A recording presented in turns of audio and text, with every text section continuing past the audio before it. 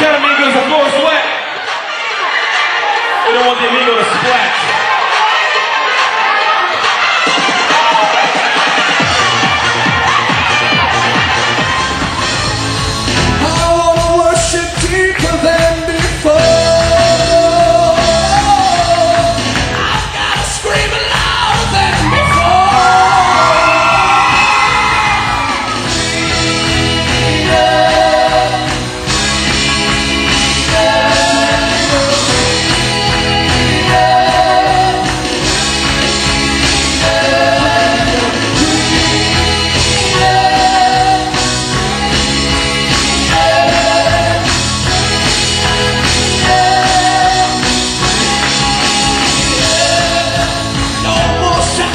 No more chains, no more bondage, I am free.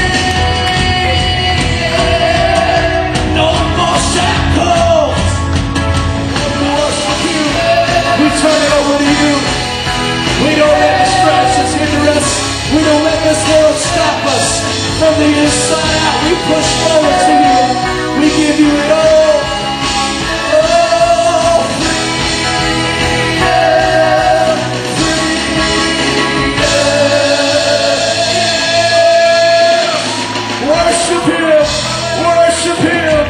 Give him a shout! Give him a shout! Yes! Oh, we worship you! Oh, no more shackles, no more chains, no more bondage, I am free! Christopher Coleman entered the world without a heartbeat or any vital signs of life. Doctors pronounced him dead, turning back to his mother so they could deliver his twin sister. When she cried, Christopher cried, and they discovered that he was indeed very much alive. But they told my mom that I was at least 15 minutes without any oxygen to my brain. And as a result, I would never move, never walk, never talk. They told my mom to take me, put me in an institution, and forget that I was even born. My mom not only was a believer, but she believed that God had a plan for my life. Without the ability to communicate, Christopher spent a good deal of his childhood feeling trapped in his own body. In school, no one made any attempt to teach him. So at night, he sneaked away with his sister's books and taught himself to read. Eventually, he tested above grade level and went on to graduate from high school with honors. But until I went to church all my life, but I didn't come to know Christ until I was 19 years old. It was then that I found myself reflecting back on my life and realizing that my life would be challenging. And if I really wanted to make it, I needed to know Christ.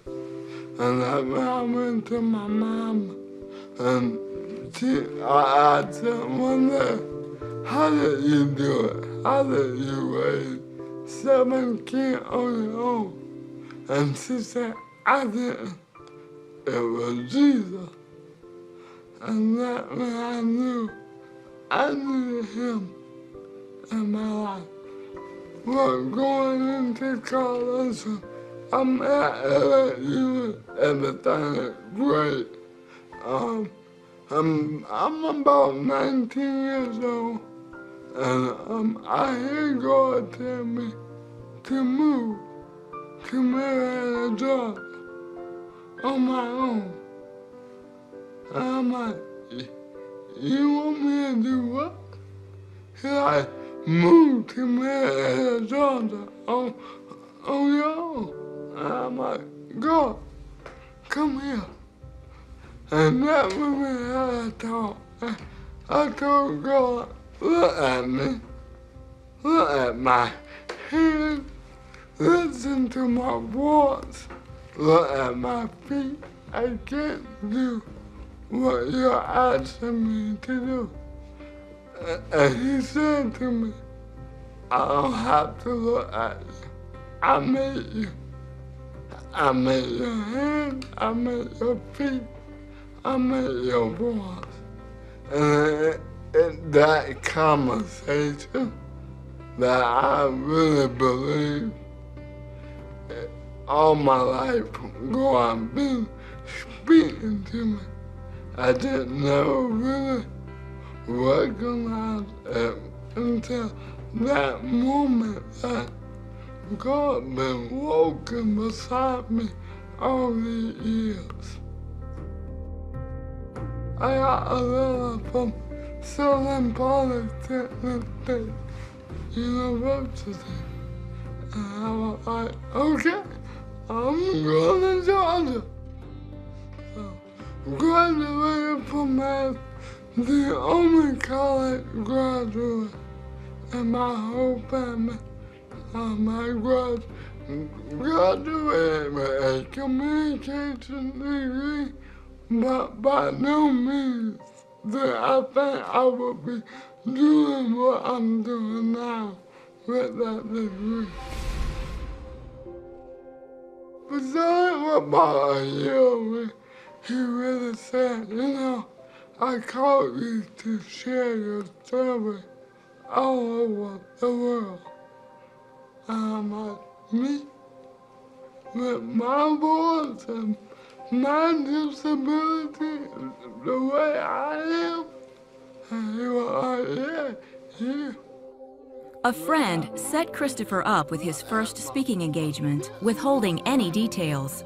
Faced with thousands in the audience, Christopher poured his heart out and could see his story moving the people. But I remember the faces. I remember the tears. I remember that one lady. She came in the room depressed. You can see it on her face. But when she left, it was like a whole new person. And I knew from that moment forward, this is why you created me the way you have. So I can communicate to other people how good you are. That's the first time I think that I really began to embrace who I am.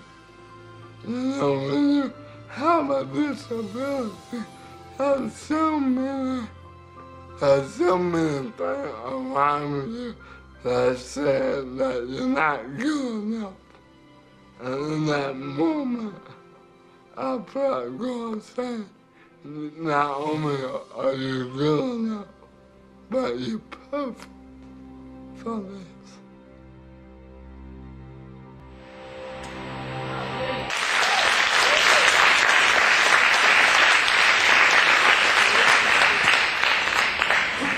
I noticed when it started off at first, some of you started laughing. That's all right, because I had people laughing at me all my life when I was growing up too. How many of you know that handicap isn't always a physical thing? It's not always something that you can just see on the outside. I got two people that do that. You see, the second you looked at Christopher, you could tell he was handicapped. And now you look at your youth pastor, and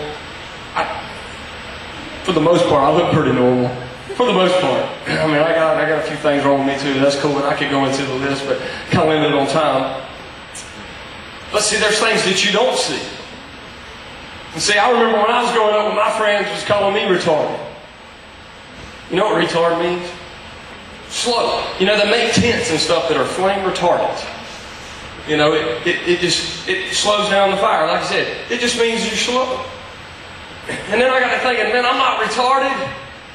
I'm way faster than most people. Man, with this ADD I got, I'm on so many, most people have like a 1-track mind. I got like a 32-track mind. I can be talking about this, thinking about that, imagining that, previsioning that, all in the same conversation. My mind's all over the place, and I can't help it if you guys can't keep up. I'm from South Georgia, and everybody's like, oh, you're South, everybody talks slow down there. I'm the fastest talking Southerner you'll ever meet in your life, and if you can't keep up, I can't help it, it's not my fault.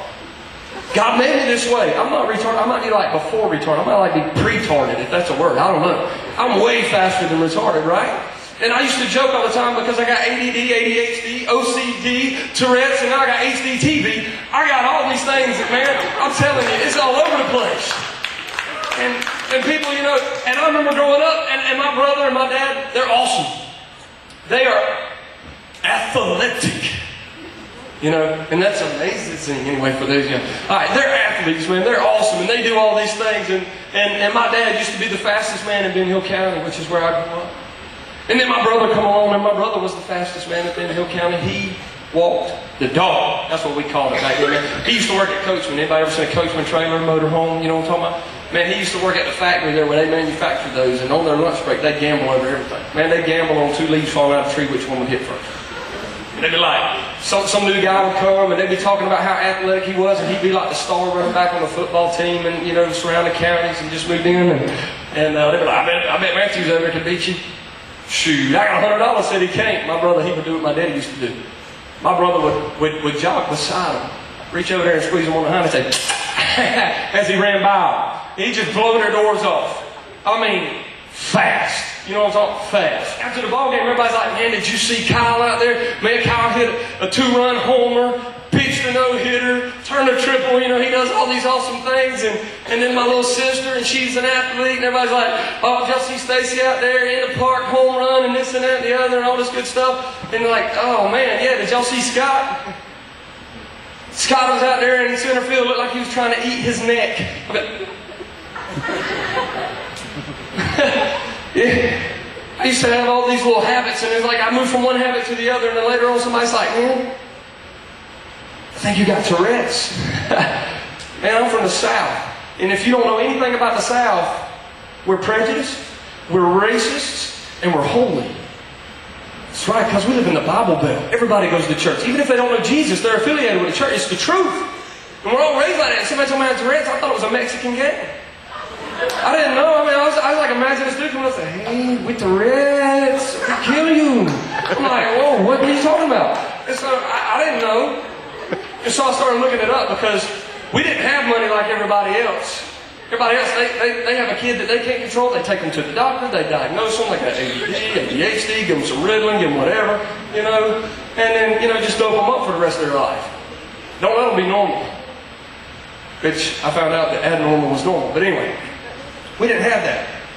We had a paid-for prescription plan. It was my dad's 42 inches of leather.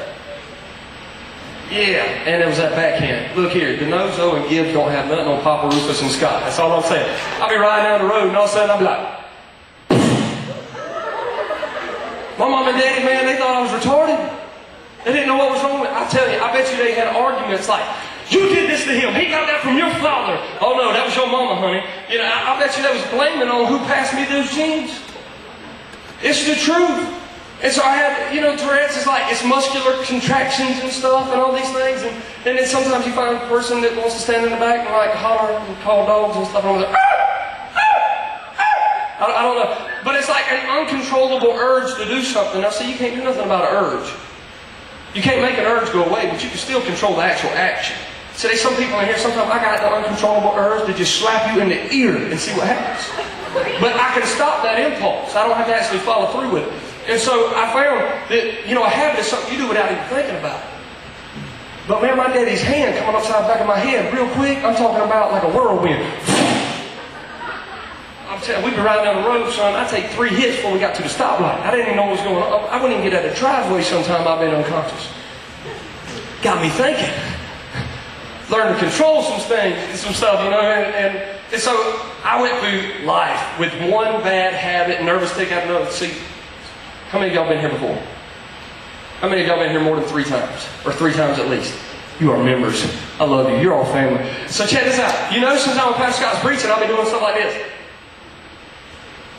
Or I might start doing something like this. I got all these nervous little ticks and stuff, you know, and I got all these habits and things, and And I spent my whole life, I was going from one habit to the other. And then like, I'd get a fever blast when I was little, and it'd sit right in the corner of my mouth. And you know, every time you go open your mouth, it split and it hurt. And so I didn't want it to heal because it hurt.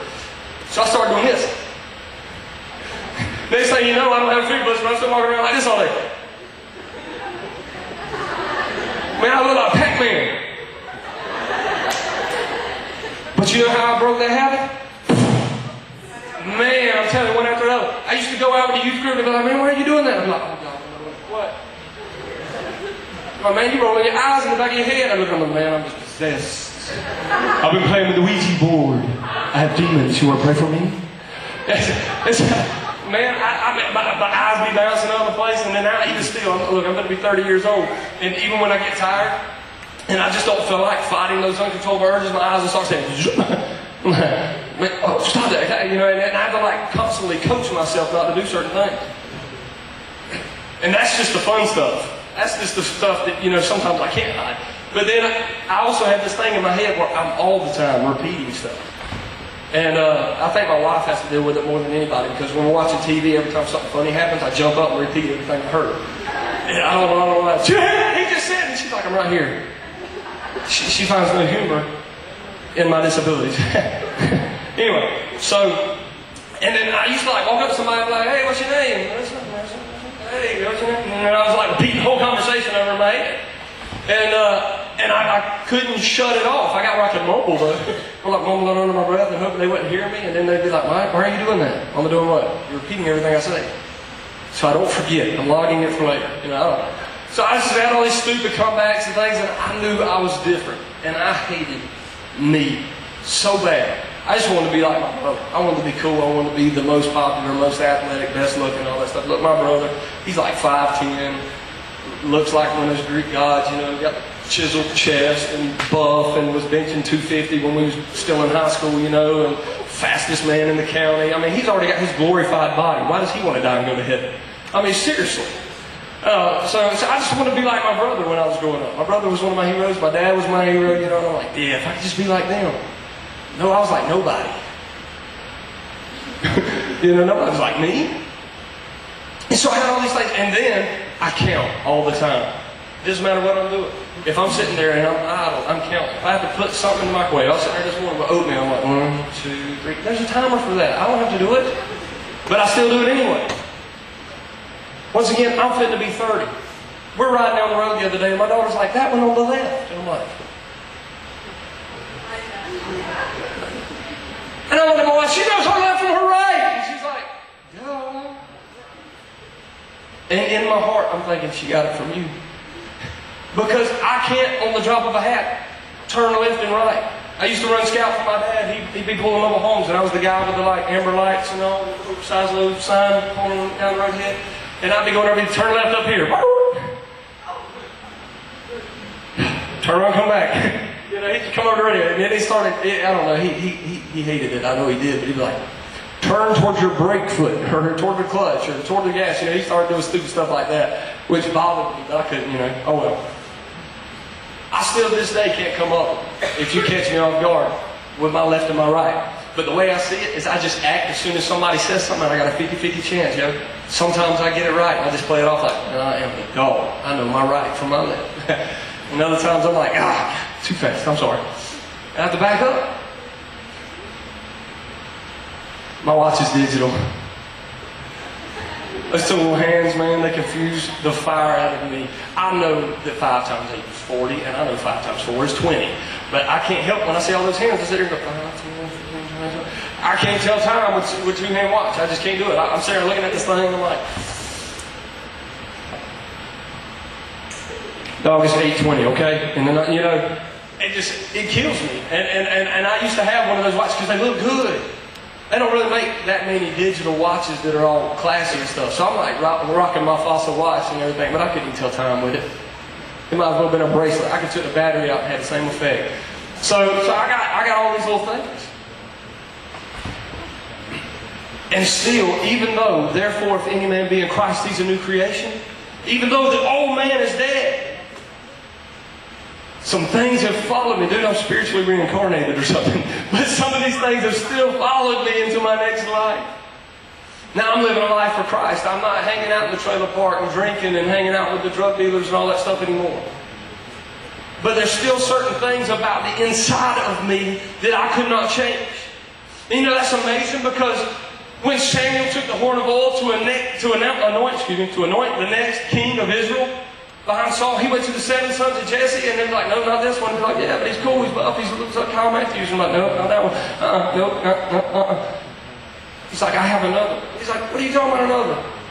And God told Samuel, he said, man, look here. He said, man looks on the outside. He said, but I look on what's on the inside. Basically, God told me, he said, you know what, you can't judge a book by its cover. Come on. You got it now, don't you? See, I might look like I have it all together in front of you guys, but I have a lot of struggles and a lot of hard time focusing just to come up with a word or just to get a hold of God before I ever even walk into this place. God said, I look at the heart. But you know, I never found a scripture in the Bible that says, I'm going to take the greatest man on the planet, I'm going to make him even greater. He never said, man, I'm going to take all your strengths and I'm just going to make you the bomb. No, he said, in your weakness, I'm going to show you how strong I really am. And so all these things that are wrong with me that you don't get to see, that you guys get to laugh at, and that's cool because I've been laughed at all my life. But see, when you laugh at somebody like that in a wheelchair, see, he's smarter than I am. His handicap is physical. My handicap's more mental. And see, God said, I'm going to take those things, those weaknesses of yours. He said, and I'm going to show you how great I can be through you. Ain't it amazing how God took this messed up kid who was friend when I grew up, and everybody picked on me about stuff because I was like the run of the class and I had my problems. That's why I stayed in so many fights. I used to tell y'all I had all these fights. It ain't because I was like a big gang leader or nothing. I didn't like people talking about me. I didn't like people picking on me. Somebody pick on me, I'll break their face. About, oh, your nose is bleeding. What? That's right. I mean, natural reaction of a kid. When I grew up, I didn't want nobody ever to better me, and that's how I was.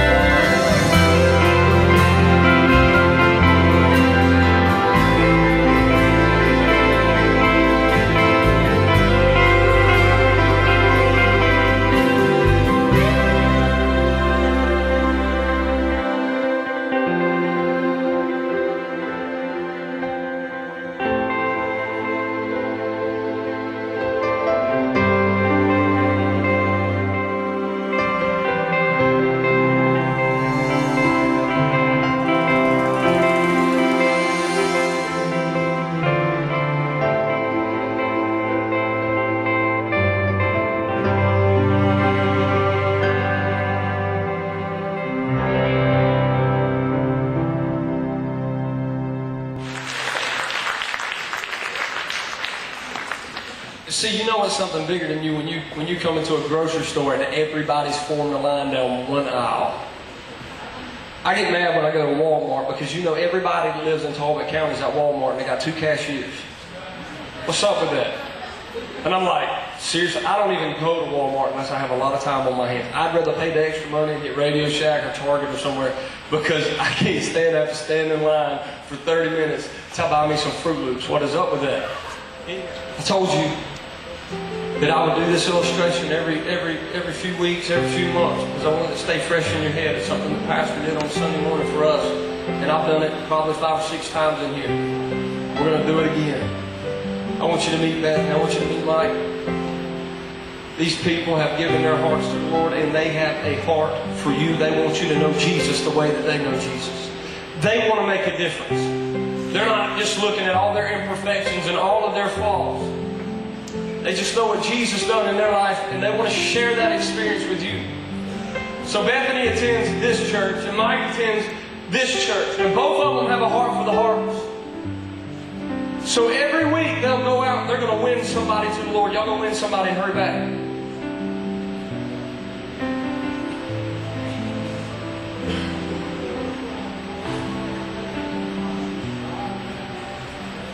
What's your name?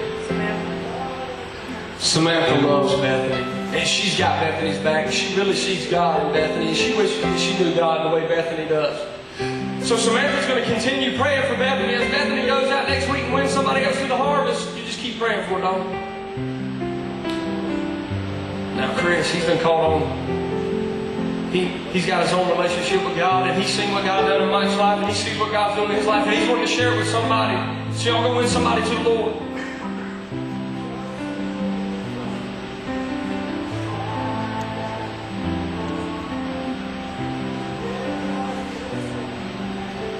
Bethany, she's still on fire for God. She's not wavering, not to the left or to the right. She's still got a heart for the people. And man, y'all really got Bethany's back. Y'all love Bethany. Bethany gonna win somebody else to the Lord. No, y'all keep praying for her. Y'all stay over here and pray for her. Go, Bethany, hurry. Win somebody to the Lord. And you guys, y'all are fired up. Y'all got this thing. Man, it's got Victoria. Man, I want to win somebody to the Lord, right? You know what I'm saying? You got a woman out there. You better go win her first. All right, y'all ready? Go get somebody. Go win somebody to the Lord. Go bring back somebody. Now see, Bethany, you're all over this thing. You're preaching the Lord to them every Wednesday night. You're preaching Jesus to them, all this stuff. But man, it's another week. Go win somebody. And y'all just uphold her in prayer. But man, y'all are so fired up, pumped up about what God's doing. And y'all come to this church, you're like, man, God is in this place. And this thing's different. I've never been nowhere like this. I got to share this with somebody. I gotta go meet somebody.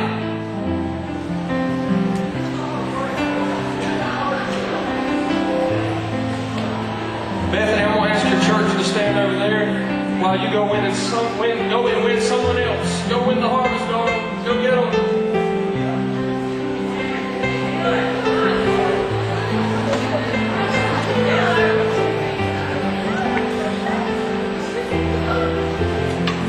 Okay, people, it's week 7. We have got it. Each one reach one attitude. God is doing awesome things, and we just got to share this with somebody. We got to go get somebody. They got to come in this place and see what the Lord's doing, right? Y'all go win somebody. Hurry up, hurry up. Bring back in.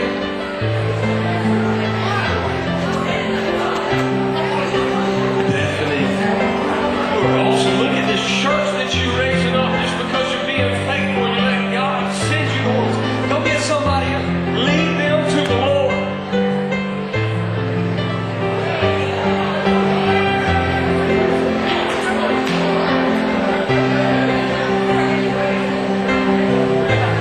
Okay, guys, it's week 8.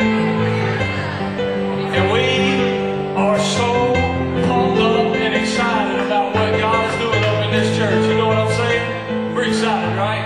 We got to share this with somebody. We got our van ministry going up in this mug now, and we're gonna bring even more folks to church. So everybody in here, go get somebody. Hurry, run, run, run. Go into the highways and the hedges and compel them to come into the house of the Lord.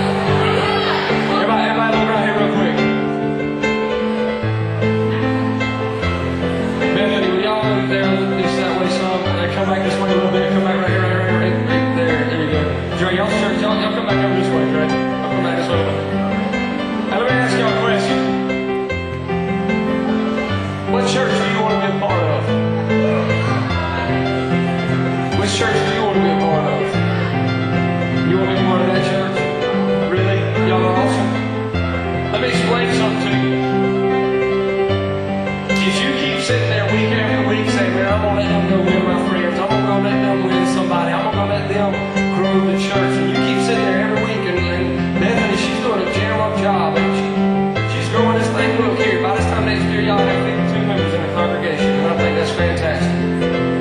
I think that's fantastic. You know, most youth groups never grow beyond 20. Some of them never even see that, and that's fine. That's fine. You know why this one grew that quick?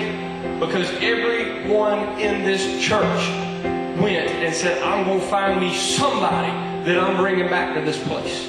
I'm going to find somebody, even if I don't like them. How many of y'all was like, man, I don't even know you. Just come with me because I need somebody. Right, go ahead, hold it up. If any time you're like, man, I don't even know you. Just come here real quick. I need you to come to my church. Man, if you had that same mentality when you was walking around saying, man, I don't even know you, but check this out. We're going to Provision Wednesday night. Come on. Y'all be there. You'll never know what impact you can have on somebody's life just by, yeah, y'all come on over to church. Y'all can visit us anytime you get ready. But we love all y'all. I pray in the name of Jesus that you will encourage them. God, that you would do something in their life, God, that they would have such a confidence in whom they serve, such a confidence in the plan that they know you have in their life, such a confidence, God, knowing that you're walking every single step with them.